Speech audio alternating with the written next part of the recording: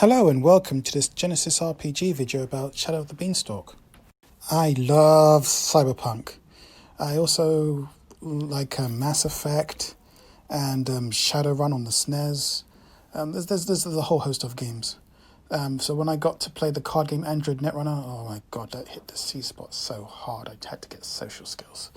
Now, I don't play Dungeons and Dragons as much because I'm racist against elves and I just hate vampires.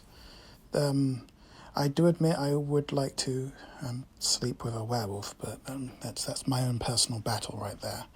So you can imagine that I'd be tickled pink to play Cyberpunk the RPG. So yeah, damn right, I'm just going to play Genesys RPG.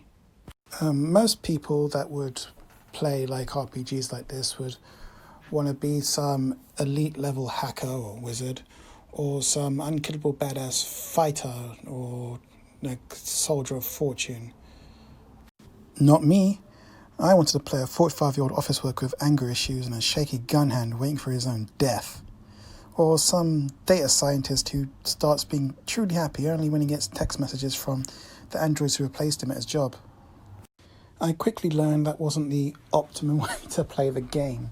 These builds were popular for a reason, and mine were not for that reason. I was virtually useless in all encounters, be it social, combat, or like some kind of crafting thing. Yeah, I didn't bring much to the table except some unneeded angst, unfortunately. So with this in mind, I bring you my new revelation that can be used to help spice things up if you want to play the techie class in the RPG, or if you want to play some kind of data scientist, so you've got a reason to play an academic also, besides being a doctor or some kind of computer engineer. You might even get some SysOps players for once, because that's what I like to mean. I like to mean a SysOps, but there's no main real use cases for a SysOps. Anyway, the use cases are as thus. You can use data for a MacGuffin. So, we've got to find this data to pay off this thing, and that's the main use case for data. You can use it for tags, which is like if something's worth keeping, it's worth keeping track of. And because you can keep track of it, if someone steals it from you, you can go and get it back. And they can make a quest out of that. That's great. This also means that you can get hijacked by other techie players in the game. Just make it fun. You can also use it as a clue. So if someone has a clue, you can say, "Oh, you got this data clue," and then you can, anytime you see it, you can refer back to the main big bad, or like the main path of the story is the story hook. If it's worth money, put a tag on it. That's the tagline there used by NBN. You have to make sure that if you are using tags, the player can get tagged, and you're a GM, you have to make sure that the players can easily shake the tag. Tags should be easy to shake because you'll see in the story coming up why I'd want to make that easy. It can be used as money, so some data might be worth some money, or as a crafting material. For example, you might want to craft a whitelist that allows you to get access to special gear at a shop. So, for example, so you have to get their data. So you have to get their data about who the preferred customers are, and then you have to make your version, which makes a copy of their data. So then you update it, and then your job is to smuggle it into the shop. And once you smuggle it in, then you get access to the next tier gear. You can also use it to maybe craft a gun that auto targets, and it needs targeting data and parameters. And but again, that can get hacked if you're not careful. Now the last thing is called bad publicity. That's when a person or a corporation might have the environment turn against them or turn hostile. For example, if you're starting a social account out and you've got bad publicity, you're going to be getting lots of setback die because everyone's going to have this bad perception of you. Or maybe you'll take extra strain when everyone starts off knowing your weak spot, even if they've never met you before. Something like that. And if you're like a company or you have a server, people can start trying to break in and jack your stuff. Maybe they're not even going to know where you are, but if they get a tag on you, then you're in trouble. Yeah, and that's the use cases for data, tags, resources, and bad pub. I think it really does add something to the RPG. You'll see, and this is just a quick thing I made off the top of my head that's gonna come up soon. So you know what? I think I should explain it more clearly and more concretely.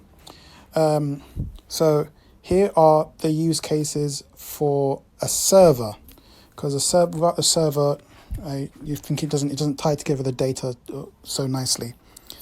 So a server can generate data, and it can generate favors, and it can generate money. And those are the three things a server can do from a mechanics point of view, just to keep things simple. It can generate data, favors, or money. And now it gives you a reason to have a server. Not a console, mind you, a server. Because if you don't protect your server, your stuff's going to get jacked. So, yeah. So let's say that you're a bunch of soldiers, and you're a professional hit squad. Now, as long as you got your server up and your guns are connected to that server, you get like this auto targeting bonus, and it just makes you crit like mad. You get 2 extra advantages whenever you shoot. Now that's a reason to protect your server, and you can use it once every encounter. Let's just say once every encounter, every character that's linked to the server can get this extra boost. And again, if you think like that, gives you a reason to protect it. But to use this ability, you have to pay you have to use like a data token. The most data tokens that any one server can have is 5, because everything tends to be based around 5. There's 5 levels of difficulty, and it just keeps things nice and breezy, because then you can make it, because you can max have 5 tags, and then each tag affects a different area of your life. Let's just say you can have it on your characteristics, on your agility, on your brawn, on your willpower. And like the same thing with your data. You can have data on your willpower, data on some characteristics, and you just like that, and then you can just say, okay, I've got a tag, and this tag is because of this tag, the company now knows that you've got a family, and that affects your willpower, because you're a bit afraid to go against them because they've got this tag on you and your family. Or you can say they got this tag on your cybernetic liver, and that affects your brawn or your agility, because they keep on messing with it, and now you've got like anything to do with that, it affects you. So that's why you're going to need a SysOps to protect your server, because if they're going to try and hack you through your guns or hack you through your liver, because it's connected to the server and the server's giving you a boost. Let's say, for example, that you're getting favors because you've got some criminal that's connected his liver to your server. So as long as you're protecting that server and you're keeping his liver working, not just normally, but working extra special, he can drink like a champion, or he's got like a heart, so he can like run 5 marathons in a row without like breaking a sweat. He's doing favors for you, so you want to protect that, because if something's happening to his heart, like someone tries to break into your server, or someone tries to jack your stuff or get access to that file, and they know this, you're going to lose a lot of rep and a lot of streak, and you're going to get a lot of bad pub. And then that criminal that with the bad heart, he might not be able to come after you directly, but someone is. So again, there's going to be good size and bad size to having a server, and it's a reason to protect your server. It's a risk. Again, you're putting your family at risk, you're putting your friend at risk, you're putting your job at risk, you're putting your money in stake, because if they find your bank account, that's you done, because that's data. That's data worth stealing. That's data you can steal from someone else's server. Yeah, so I think just to make it clear that yes, once again, server can do three things mechanically. It can do data generation, it can do it can do favor generation, it can do economy generation, and it can help boost something, can help take something away, or can help move something. So like maybe you owe someone a favor, well, you can use your server to move that favor from the person you owe to another person, and the favor is still the same level. It's just to a different person, and for some reason that might make a difference, and it might cost you like a bit of data to do that. But that's what your server allows you to do, not your console, mind you, but your server. So hopefully that clears up any last things about data there. I just thought of it, so I just added it.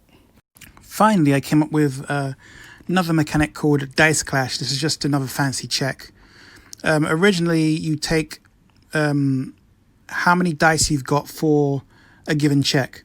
So, for example, if you were to roll a hacking check and I've got an intelligence of 3, that would be 3 green dice. I mean, if I've got nothing to upgrade it with, if I've got no upgrades on it, it's just a plain 3 intelligence.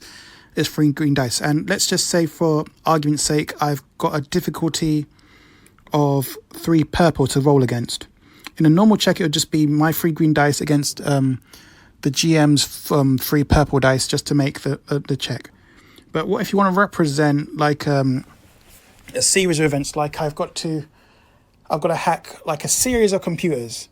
Now, instead of just doing one check, I could possibly say, okay, I've got to hack 3 computers, and it's going to take me like all day to try and hack these 3 computers. And I'm going to do them one, and I'm going to do over a series, and it's just represent the whole day. I can't redo this check. So let's just say that I could represent it, but again, I could go from 1 to 5 again, because I like trying to make things from 1 to 5. Let's just say this is a 3 set difficulty, so I'm going to have to do 3 checks. And so instead of doing 1 check, which is against 3 purple, I'm going to have 3 rounds, and we're going to split our 3 dice over those 3 rounds. So let's say round 1, I use 1 green die, and the GM uses 1 purple die. Great, we roll. I win or lose that. Let's just say, for argument's sake, I won that with 1 success. Great. Then the GM next round uses 0 dice, and I use 1 green dice. So I win the second one. Great. I've won 2 of 3. But now it gets to the third round, and the GM has decided to use 2 purple die, and I've got 1 green die left. So then he rolls, and I lose that. Now, maybe you can have a stipulation that I needed to win all 3, but what that represents is that I managed to hack 2 of the 3 computers over the whole course of a day, and it just makes things a bit more interesting. I mean, if you want to be kind, you can say, yeah, you just about hacked about enough that you didn't need to hack the 3rd one, but I like it. It lets you do something really risky, and it makes it a bit more exciting, but I don't know if it really has much longevity, but either way, I tried to use it.